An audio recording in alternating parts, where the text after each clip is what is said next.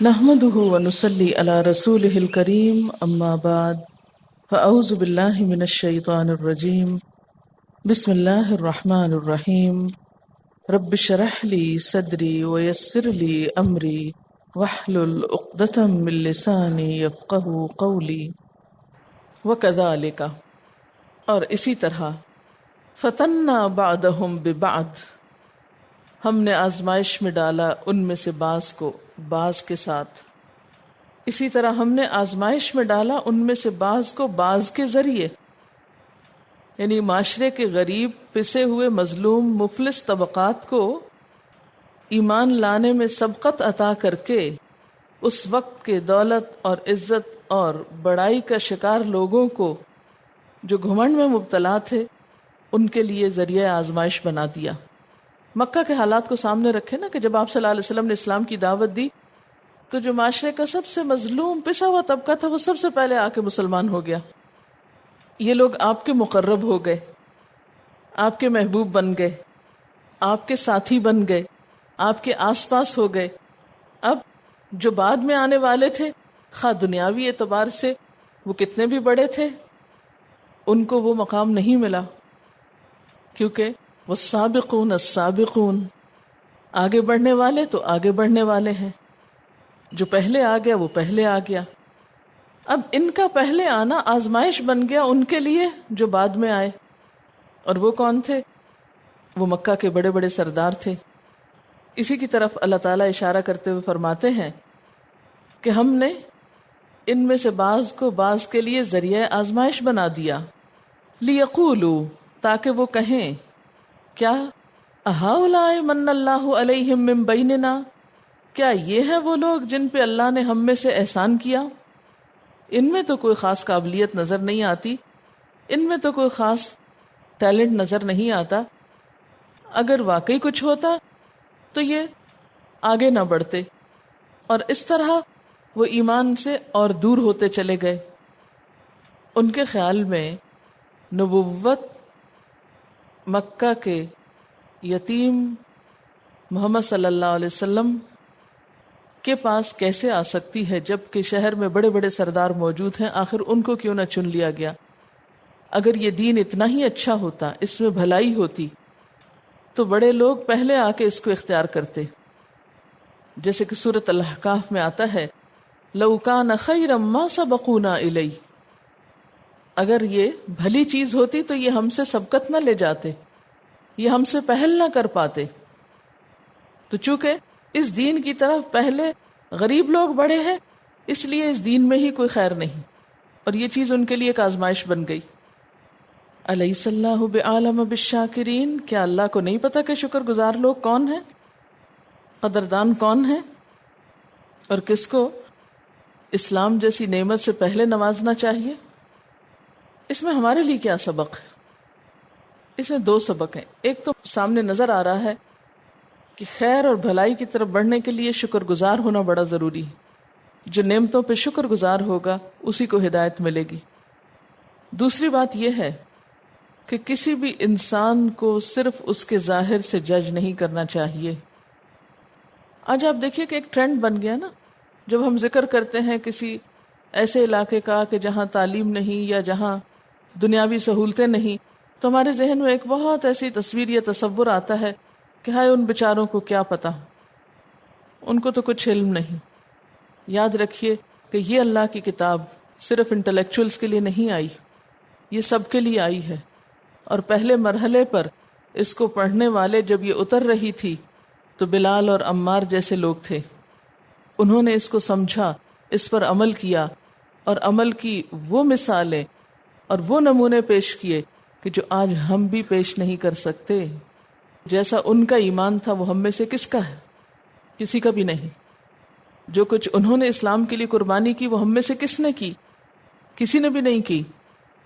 پھر قیامت کے دن اللہ ہماری شکلوں کو تو نہیں دیکھے گا، ہماری ڈگریوں کو تو نہیں دیکھے گا، ہمارے رہن سہن اور ہمارے گھروں کو تو نہیں دیکھے گا، یہ تو اس کی اپنی دی ہوئی نعمتیں ہیں کہ جس کو جہاں رکھے وہ دیکھے گا تو کس کو، کہ ہمارے اندر کا ایمان کتنا ہے۔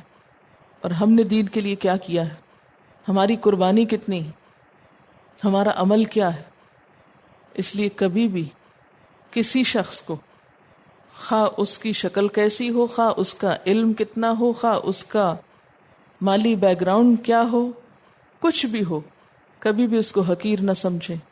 آپ کو کیا خبر کہ وہ اللہ کی نگاہ میں کتنا پیارا ہو۔ اب دیکھیں آپ، ہمارا ایک اور عام وتیرہ بن چکا ہے نا کہ ہم معاشرے کے محروم طبقات کو صرف کرٹیسائز کرتے ہیں، یہ بڑے نکمے لوگ ہیں، نکٹو لوگ ہیں، یہ کام نہیں کرتے، محنت نہیں کرتے۔ کبھی نیچے اتر کے دیکھا نہیں کہ ان کی مشکلات کیا ہیں، ان کے مسائل کیا ہیں، وہ کس کس چیز سے محروم ہیں، اور پھر اپنے آپ کو وہاں رکھ کے دیکھیں کہ اگر یہ سب کچھ ہمارے ساتھ ہو تو ہمارا کیا حال ہو۔ آج بھی آپ دیکھیں کہ اتنی ترقی کے باوجود بہت سے علاقے ایسے ہیں ہمارے ملک میں کہ جہاں نہ بجلی ہے، نہ پانی ہے، نہ اسکول ہے، نہ کوئی اور سہولتیں ہیں۔ اب وہ لوگ کس حال میں جی رہے ہیں، ان کا عمل کیا ہے، اس کی پوچھ ان کی سہولتوں کے مطابق ہوگی۔ اور ہمارے پاس جو سب کچھ مہیا ہے، میسر ہے، ہم ان نعمتوں کو پا کے کیا کر رہے ہیں، ہم کیا حق ادا کر رہے ہیں، ہم کس طرح بیہیو کر رہے ہیں۔ اس لیے کیا فرمایا، وَإِذَا جَاءَكَ الَّذِينَ يُؤْمِنُونَ بِآيَاتِنَا، جب آئیں آپ کے پاس وہ لوگ جو ہماری آیات پر ایمان لاتے ہیں، فَقُلْ سَلَامٌ عَلَيْكُمْ، آپ ان کو سلام کہیے۔ کس کو کہا جا رہا ہے؟ نبی صلی اللہ علیہ وسلم کو۔ سلام جو ہے استقبال کے لیے بھی ہے اور الوداع کے لیے بھی ہوتا ہے۔ اب سچویشن کیا ہے، امیجن کریں کہ آپ صلی اللہ علیہ وسلم تشریف فرما ہے، آپ کے پاس کچھ لوگ آتے ہیں، آ کر ایمان لاتے ہیں اور پھر رخصت ہو رہے ہیں، تو آپ کو کیا کہا جا رہا ہے کہ ایسے لوگوں کو سلام کیجئے۔ فَقُلْ سَلَامٌ عَلَيْكُمْ، اور خوشخبری سنائیے، کیا کتب ربکم علی نفسہ الرحمہ، کہ تمہارے رب نے اپنی ذات پر رحمت لکھ رکھی ہے۔ اچھا، اس کی ضرورت کیوں پیش آئی کہ ان کو سلام کیا جائے؟ یعنی سلام کرنے کا مطلب کیا کہ ان کو ویلکم کیا جائے۔ یہ لا علم نہ سمجھ ایسے لوگ جب تمہارے پاس آئیں تو ان کو ویلکم کرو اور انہیں خوشخبری سناؤ۔ کیوں؟ اصل میں آپ صلی اللہ علیہ وسلم سے پہلے عرب میں بہت جاہلیت تھی، بڑے بڑے گناہوں کے مرتکب تھے یہ لوگ، قتل و غارت عام تھی، چوری ڈاکے عام تھے۔ اب یہ لوگ جب سوچتے کہ ہم مسلمان ہو جائیں تو ان کو اپنے پچھلے قصور ستاتے، ہم نے تو ایسے ایسے گناہ کیے ہیں کہ ہمیں لگتا ہے ہماری معافی نہیں ہوگی۔ تو ایسے لوگوں کو تسلی دی جا رہی ہے، ان کو خوشخبری سنائی جا رہی ہے کہ خواہ تم سے زمانہ جاہلیت میں بڑے گناہ ہو چکے، لیکن آج اگر تم مسلمان ہو جاؤ اور اپنی اصلاح کر لو تو پھر تمہارے لیے اللہ کی رحمت ہے، اللہ تمہیں اپنی رحمت سے ڈھانپ لے گا۔ کیونکہ ہوتا یہ تھا کہ ان میں سے جب کوئی مسلمان ہوتا اور اپنے پچھلے گناہوں سے توبہ کرتا تو لوگ پچھلی غلطیوں کے تانے دیتے تھے، ہاں ہاں ہمیں پتا ہے تم کون تھے، تم تو یہ اور یہ کرتے تھے۔ اور یہ چیز ان کے اسلام میں آنے اور اسلام میں ترقی کرنے میں رکاوٹ بنتی تھی۔ ان کے اندر ایک خوف ہوتا کہ لوگ ہمیں نہیں چھوڑیں گے۔ ان کی تسلی کرائی جا رہی ہے، نہیں، سلام ہو تم پر، ویلکم، تمہارا رب بہت رحیم ہے۔ اس سے تبلیغ کا ایک انداز بھی پتہ چل رہا ہے کہ جو شخص اللہ کی طرف بڑھنا چاہے اس کو خوشخبری سناؤ، یسروا ولا تعسروا وبشروا ولا تنفروا، آسانی پیدا کیا کرو، مشکلیں نہ بتایا کرو، خوشخبری دیا کرو، نفرت نہ دلایا کرو۔ حضرت ابو سعید خدری کہتے ہیں کہ میں نے آپ صلی اللہ علیہ وسلم کو یہ فرماتے سنا ہے کہ جب کوئی شخص اسلام لائے اور ٹھیک طور پر لائے تو اس کی سابقہ تمام برائیاں دور کر دی جاتی ہیں۔ جب کوئی شخص اسلام لائے اور ٹھیک طور پر لائے، یعنی ایک تو یہ نا کہ ہم مسلمانوں کے گھر میں پیدا ہو گئے، ایک لاشعوری کیفیت ہے، کوئی احساس نہیں کیا کر رہے ہیں، اور ایک کیا ہے، شعوری طور پر مسلمان ہوئے ہیں۔ تو ایسے شخص کی جو شعوری طور پر اسلام میں داخل ہو رہا ہے، اس کے لیے کیا ہے، اس کی پچھلی ساری برائیاں معاف۔ اس کے سارے قصور معاف۔ آپ صلی اللہ علیہ وسلم نے فرمایا اور اس کے بعد جو حساب شروع ہوگا وہ یوں ہوگا کہ ہر نیکی کے عوض 10 سے لے کر 700 تک نیکیاں لکھی جائیں گی اور برائی کے عوض ایک ہی برائی لکھی جائے گی، الا یہ کہ اللہ وہ بھی معاف فرما دے۔ یہ بخاری کی روایت ہے۔ حضرت ابو ہریرہ رضی اللہ تعالی عنہ کہتے ہیں کہ آپ صلی اللہ علیہ وسلم نے فرمایا اللہ تعالیٰ نے مخلوق پیدا کرنے سے پہلے ایک کتاب لکھی جس میں یہ لکھا کہ میری رحمت میرے غضب سے آگے نکل گئی ہے، اور یہ بات اس کے پاس عرش پر لکھی ہوئی ہے۔ کتب ربکم، یہ جو لکھنے کی بات ہے نا، کتب ربکم علی نفسہ الرحمہ، تمہارے رب نے اپنی ذات پر رحمت لکھ رکھی ہے، انہو بے شک وہ، من عمل منکم سوءا، تم میں سے جس نے بھی کوئی برا کام کیا، بجہالۃ، جہالت کے ساتھ، ثم تاب من بعدہ، پھر اس کے بعد اس نے توبہ کر لی، واصلح، اور اصلاح کر لی، فانہ غفور الرحیم، تو بے شک وہ غفور الرحیم ہے۔ اللہ تعالیٰ کی رحمت سے ایسے انسان کی معافی ہو جائے گی۔ کس کی؟ من عمل منکم سوءا بجہالہ، جس نے جہالت میں غلط کام کیے تھے، لا علمی میں۔ یہاں یہ جو لفظ جہالت ہے اس پہ غور کرنے کی ضرورت ہے، کیونکہ یہ بنیاد ہے نا معافی کی، یعنی اللہ کی رحمت سے معاف ہوں گے، لیکن یہ سبب ہوگا، یعنی گناہ کی معافی کا وعدہ کس صورت میں ہے؟ جبکہ وہ ناواقفیت اور جہالت کے سبب ہو۔ اب بات یہ کہ جہالت کا معنی کیا ہے؟ ایک ہوتی ہے جہالت اور ایک ہوتا ہے جہل، ان دونوں میں فرق ہے، روٹ ایک ہی ہے لیکن جہل اور جہالت میں فرق ہے۔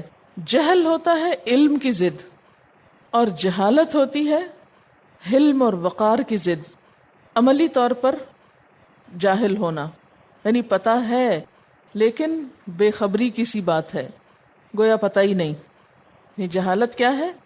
پتہ ہے لیکن ایسا ہے جیسے پتہ ہی نہیں۔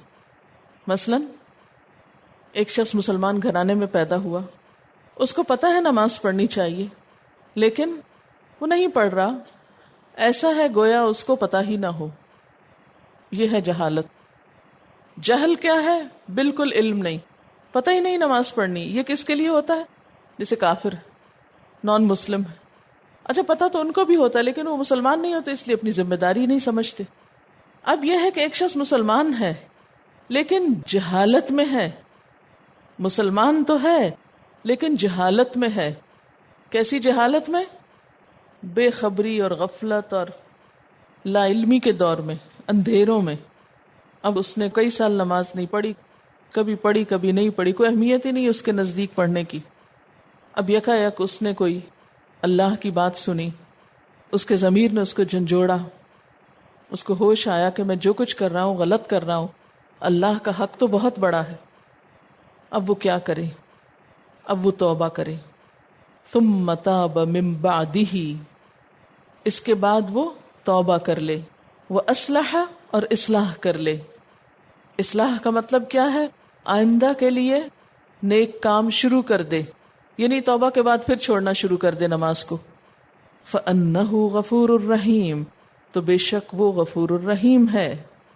اس سلسلے میں وہ واقعہ یاد رہے، حضرت ابو سعید خدری فرماتے ہیں کہ آپ صلی اللہ علیہ وسلم نے فرمایا، بنی اسرائیل سے ایک شخص نے 99 آدمی قتل کیے، پھر وہ اپنے متعلق مسئلہ پوچھنے نکلا۔ وہ ایک راہب کے ہاں گیا اور اس سے پوچھا کہ کیا میرے لیے توبہ ہے؟ اس نے کہا نہیں، تو اس نے راہب کو بھی مار ڈالا اور 100 پورے کر دی۔ پھر لوگوں سے یہی مسئلہ پوچھتا رہا، کیا میرے لیے توبہ ہے؟ میں کیسے توبہ کروں؟ اس نے کہا کہ فلاں فلاں بستی میں توبہ کے لیے چلے جاؤ، کیونکہ وہاں کچھ نیک لوگ رہتے ہیں، ان کی مجلس میں رہو تو تم اپنی اصلاح کر سکو گے۔ اب وہ جا ہی رہا تھا کہ راستے میں اسے موت نے آ لیا۔ اس نے اپنا سینہ بستی کی طرف جھکا دیا، یعنی ادھر کو جھک گیا۔ جو ہی وہ موت کا فرشتہ آیا تو اس طرف کو مائل ہو گیا۔ اب رحمت اور عذاب کے فرشتے آپس میں جھگڑنے لگے۔ جس بستی کو وہ جا رہا تھا اسے اللہ نے حکم دیا کہ نزدیک ہو جاؤ، اور جس بستی سے جا رہا تھا، یعنی جہاں قتل و غارت کی تھی، اسے حکم دیا کہ دور ہو جاؤ۔ اور فرشتوں سے فرمایا کہ فاصلہ ناپ لو، چنانچہ جہاں اسے جانا تھا وہ بستی بالشت بھر قریب نکلی تو اسے بخش دیا گیا۔ یہ بخاری کی روایت ہے۔ اس سے کیا پتہ چلتا ہے کہ اگر قتل جیسے گناہ پر بھی کوئی شخص سچے دل سے توبہ کرتا ہے تو اللہ تعالیٰ اس کو بھی معاف کر دیتا ہے۔ آپ نے دیکھا ہوگا کہ بسا اوقات کچھ لوگ زندگی بھر بڑے غلط کام کرتے ہیں لیکن ان کی موت بہت اچھی ہوتی، آپ حیران ہوتے ہیں کہ یہ کیا سبب ہوا۔ یہ تو ان کا اور رب کا معاملہ ہے، آپ کو کیا خبر کہ انہوں نے کسی وقت کیسی سچی توبہ کر لی ہو؟ کیونکہ ہم تو کسی کے صرف ظاہر کو دیکھ رہے ہوتے ہیں نا، ہم کسی کے دل میں تھوڑی گھس کے اتر کے دیکھتے ہیں کہ اندر کیا ہے اور اس کا اختتام کہاں ہوا ہے۔ اس لیے کوئی شخص جب فوت ہو جائے تو اس کی برائیوں پر زبان بند کر دینی چاہیے۔ کیا پتا وہ توبہ کر کے مرا ہو، اس کی تو معافی ہو گئی ہو اور آپ کی اس برائی سے آپ کی پکڑ ہو جائے۔ ہاں، اگر کسی کی نیکی ہو تو اس کا چرچا ضرور کرنا چاہیے، کیونکہ یہ انسانوں کی گواہی ہوتی ہے مرنے والے کے حق میں، اس کے حسنات کا ذریعہ بنتی ہے۔ لیکن اہم ترین چیز جو سامنے آتی ہے وہ کیا ہے کہ توبہ سے ہر گناہ معاف ہو جاتا ہے، بشرطے کہ توبہ سچے دل سے ہو اور توبہ کے بعد اصلاح بھی ہو۔ اب دیکھیے کہ کچھ گناہوں کے ساتھ اللہ تعالیٰ نے قرآن پاک میں اور نبی صلی اللہ علیہ وسلم نے سنت میں واضح طریقے سے یہ بتایا ہے کہ کچھ گناہوں کی توبہ مشروط ہوتی ہے۔ اگر انسان کے پاس وقت ہو، مہلت ہو، تو اسے کیا چاہیے کہ وہ کفارہ ادا کرے، قضا ادا کرے۔ مثلا روزے کی قضا کا ذکر قرآن پاک میں موجود ہے، حج بدل کا ذکر سنت میں موجود ہے۔ اسی طرح کچھ اور گناہوں کا کفارہ یا فدیہ دینا ہوتا ہے، چوری، زنا وغیرہ پہ حد جاری ہونا ہے۔ اب بسا اوقات یہ سوال پیدا ہوتا ہے کہ کوئی جگہ ایسی ہوتی ہے کہ جہاں حد جاری نہیں کرا سکتے آپ، مثلا آپ نے چوری کی، اللہ نہ کرے، لیکن انسان ہے، انسان ہی کرتے ہیں نا، معاشرے میں ہوتی رہتی۔ کوئی اسلامی حکومت نہیں کہ جہاں آپ جا کے کہیں کہ جی میں نے چوری کی، میرا ہاتھ کاٹے۔ اب آپ توبہ کرنا چاہتے ہیں، آپ کا ضمیر آپ کو ملامت کرتا ہے کہ اب میں کروں تو کروں کیا؟ کیا ہاتھ کٹے بغیر میری توبہ ہو جائے گی؟ کیا کوڑے لگے بغیر میری معافی ہو جائے گی؟ جی ہاں، اگر دنیا میں سزا پانے کا کوئی طریقہ نہیں تو انسان کثرت سے صدقہ خیرات کرے، استغفار کرے اور نیکیاں زیادہ سے زیادہ کرے۔ تو قرآن پاک میں اللہ تعالیٰ فرماتے ان الحسنات یذہبن السیئات، نیکیاں برائیوں کو لے جاتی ہیں، یعنی اللہ کی رحمت سے کسی کو بھی مایوس نہیں ہونا چاہیے۔ اب آپ دیکھیے کہ اس شخص نے 100 قتل کیے تھے، ایک نہیں 100 کیے تھے۔ آج اگر آپ کے پاس کوئی آئے 100 قتل کر کے پوچھنے تو آپ بھی وہی تو نہیں کہیں گے جو راہب نے کہا تھا۔ تو نبی صلی اللہ علیہ وسلم نے کیا سکھایا ہے؟ نہیں، بشرو ولا تنفرو، لوگوں کو خوشخبری دیا کرو، نفرت نہ دلایا کرو، دین سے دور نہ کیا کرو، یسرو، آسانی پیدا کیا کرو، ولا تعسرو، مشکلیں نہ بنایا کرو۔ اسی لیے جن چیزوں کی قضا کا واضح حکم نہیں ہے، مثلا نماز کی قضا کا واضح حکم سنت میں موجود نہیں ہے، تو آپ اپنے پاس سے لوگوں کو کیوں پابند کرتے ہیں کہ 20 سال کی نماز قضا کریں؟ جس نے 20 سال نماز نہیں پڑھی، اگر آپ اسے کہیں گے کہ توبہ جب ہوگی جب 20 سال کی نمازوں کو تم ساتھ پڑھو گے، تو اس کے لیے جس کو پہلے ہی عادت نہیں پڑھنے کی، وہ مزید کیا پڑھے گا؟ وہ بھی چھوڑ بیٹھے گا، کیونکہ آپ اس پہ ڈبل بوجھ ڈال رہے ہیں۔ اب دیکھیے کہ حائضہ عورت ہے، اس کو روزوں کی تو قضا کرنے کا حکم ہے لیکن نمازوں کی قضا اس پر نہیں ہے، اور ویسے بھی نماز اپنے وقت کے ساتھ فرض ہے، جب وقت گیا تو گئی، نماز ختم ہو گئی۔ اب کیا ہے؟ اب اس پر استغفار۔ ہاں، یہ ضرور آتا ہے کہ اگر کوئی سو جائے تو جب اٹھے تو نماز پڑھ لے، کیونکہ اس کا وقت وہی ہے۔ کوئی بھول جائے، یاد آئے تو وہ پڑھ لے، اس کی مثالیں تو ملتی ہیں۔ لیکن ایسا شخص جس نے جہالت میں کئی سال نمازیں چھوڑ رکھی ہوں، اس کے لیے جیسے حضرت ابو ذر غفاری کے بارے میں بھی آتا ہے کہ کسی بات میں لا علمی کی وجہ سے وہ کئی دن کی نماز نہ پڑھ سکے، تو جب نبی صلی اللہ علیہ وسلم کو انہوں نے بتایا تو آپ نے ان کو قضا کرنے کا حکم نہیں دیا. اسی طرح جس شخص نے تیمم اس کو نہیں آتا تھا، وہ مٹی میں لوٹ پوٹ ہو کے نماز پڑھی تھی، اس نے تیمم نہیں کیا تھا، تو آپ نے یہ نہیں کہا کہ اب دوبارہ پڑھو. ہمارے معاشرے میں اکثریت جو مسلمانوں کی ہے ان کو پتا تو ہے کہ نماز پڑھنی چاہیے، لیکن وہ بھی ایک غفلت کی کیفیت میں ہیں. ایسے لوگوں کے لیے مشکلیں نہیں پیدا کرنی چاہیے. ایک حدیث ہے کہ روز قیامت بندے کے اعمال میں سب سے پہلے جس عمل کا حساب لیا جائے گا وہ نماز ہے. اگر نماز درست ہوئی تو وہ کامیاب ہو گیا، اگر وہ خراب نکلی تو وہ ناکام ہوا. اگر اس کے فرائض میں کچھ کمی رہ گئی تو اللہ تعالیٰ فرمائیں گے کہ دیکھو میرے بندے کی کوئی نفلی عبادت ہے، تو اس نفلی عبادت کے ذریعے اس نقص کی تکمیل کی جائے گی جو فرائض میں باقی رہ گیا ہو. پھر اس کے تمام اعمال کا حساب اسی طرح ہوگا. یعنی یہ جو ہمیں نماز ہو یا روزہ ہو یا زکوٰۃ وغیرہ، اس کے علاوہ جو نفل ادا کرنے کا حکم دیا جاتا ہے اس میں بھی بیسک کانسیپٹ کیا ہے کہ فرائض کی کمی کو اس سے پورا کیا جا سکے. وَكَذَلِكَ نُفَصِّلُ الْآيَاتِ، اور اسی طرح ہم کھول کے بیان کرتے ہیں آیات کو. وَلِتَسْتَبِينَ سَبِيلُ الْمُجْرِمِينَ، اور تاکہ مجرموں کی راہ بالکل نمایاں ہو جائے، تاکہ مجرموں کا راستہ واضح ہو جائے. تستبینہ کا لفظ جو ہے یہ بے یہ نون سے ہے، بین بھی اسی سے ہے، یعنی ظاہر ہو جائے، کھل جائے. تو کچھ صفات تو مجرموں کی پچھلی آیات میں گزر چکی. آپ کو یاد ہے کہ شروع میں یستہزئون، یکذبون وغیرہ کئی صفات آئی تھی، اور کچھ مزید یہاں پر آ رہی ہیں، آگے ان کا ذکر آ رہا ہے.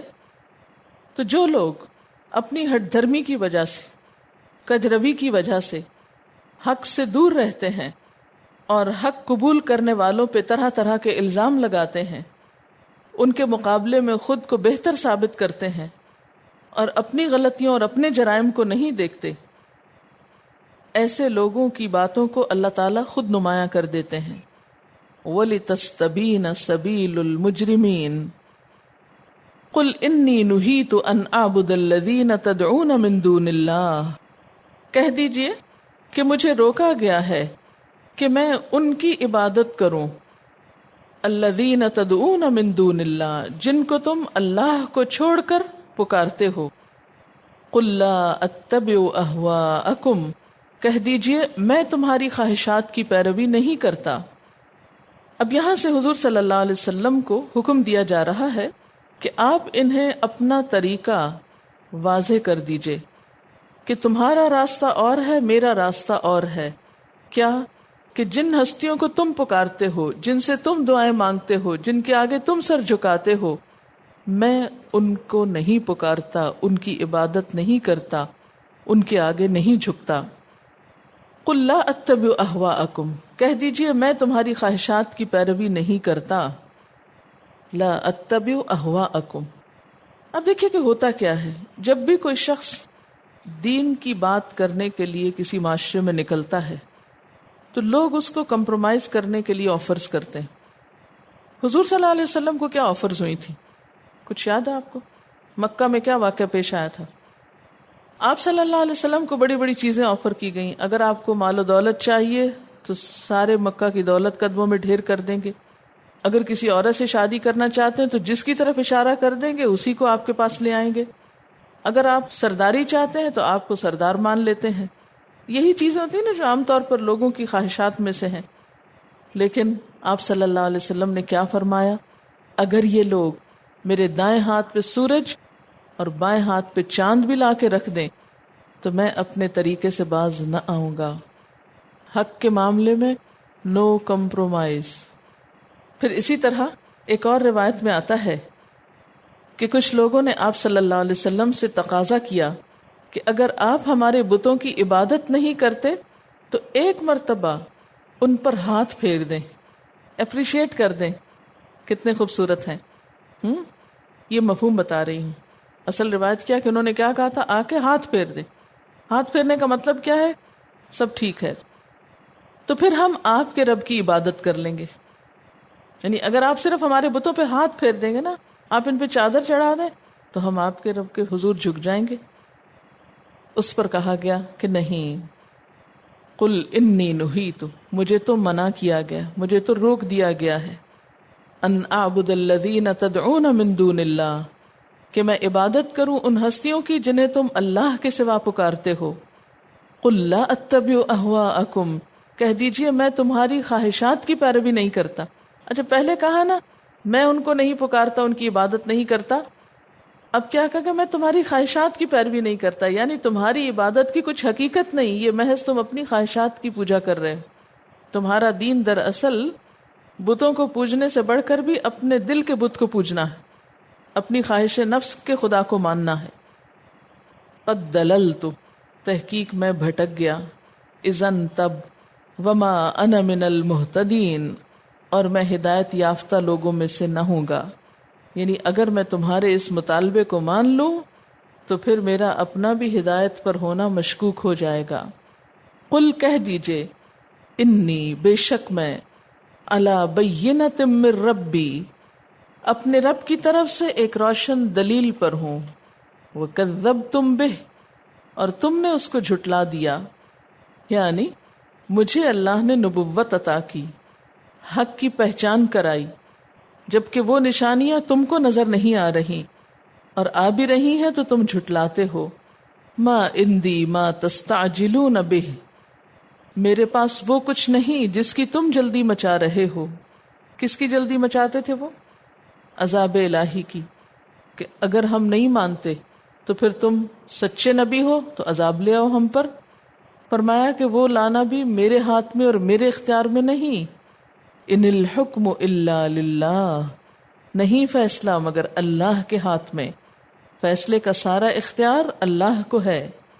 یقص الحق، وہ بیان کرتا ہے حق کو، وہوا، اور وہ، خیر الفاصلین، بہترین فیصلہ کرنے والا ہے۔ قل لو ان عندی ما تستعجلون بہ، کہہ دیجئے اگر میرے پاس ہوتا وہ سب کچھ جس کی تم جلدی مچا رہے ہو، یعنی عذاب یا پھر معجزہ یا کوئی نشانی، لقضی الامر بینی و بینکم، تو میرے اور تمہارے درمیان فیصلہ ہو چکا ہوتا۔ واللہ اعلم بالظالمین، اور اللہ ظالموں کو خوب جانتا ہے، ظالم لوگ اللہ کے علم میں ہیں۔ وآخر دعوانا ان الحمد للہ رب العالمین۔ سبحانک اللہم وبحمدک، اشہد ان لا الہ الا انت، استغفرک واتوب الیک۔ السلام علیکم ورحمۃ اللہ وبرکاتہ۔